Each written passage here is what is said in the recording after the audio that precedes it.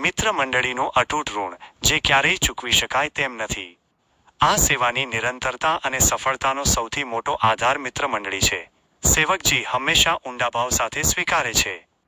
આ પુણ્ય કાર્ય અમારી મિત્ર મંડળીના સહયોગથી જ શક્ય છે અને ચાલી રહ્યું છે.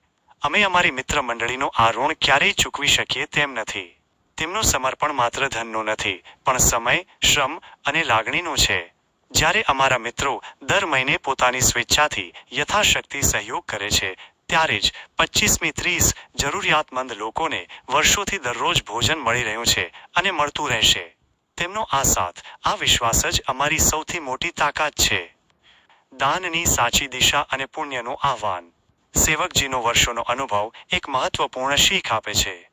જો તમે કોઈ ભિખારીને સીધા પૈસા 10 રૂપિયા, 20 રૂપિયા કે 50 રૂપિયા, 100 રૂપિયા આપો છો, તો અમે જોયું છે કે ઘણા લોકો તે પૈસાનો ઉપયોગ શરાબ, ગાંજો, ચરસ જેવા નશીલા પદાર્થોમાં કરે છે.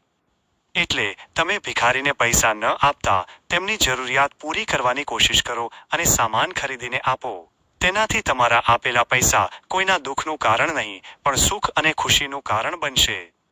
સેવકજી સૌને આહ્વાન કરે છે કે આપ પણ પોતાનો યથાશક્તિ, યથાસંભવ સહયોગ કરીને પુણ્ય લાભ લો.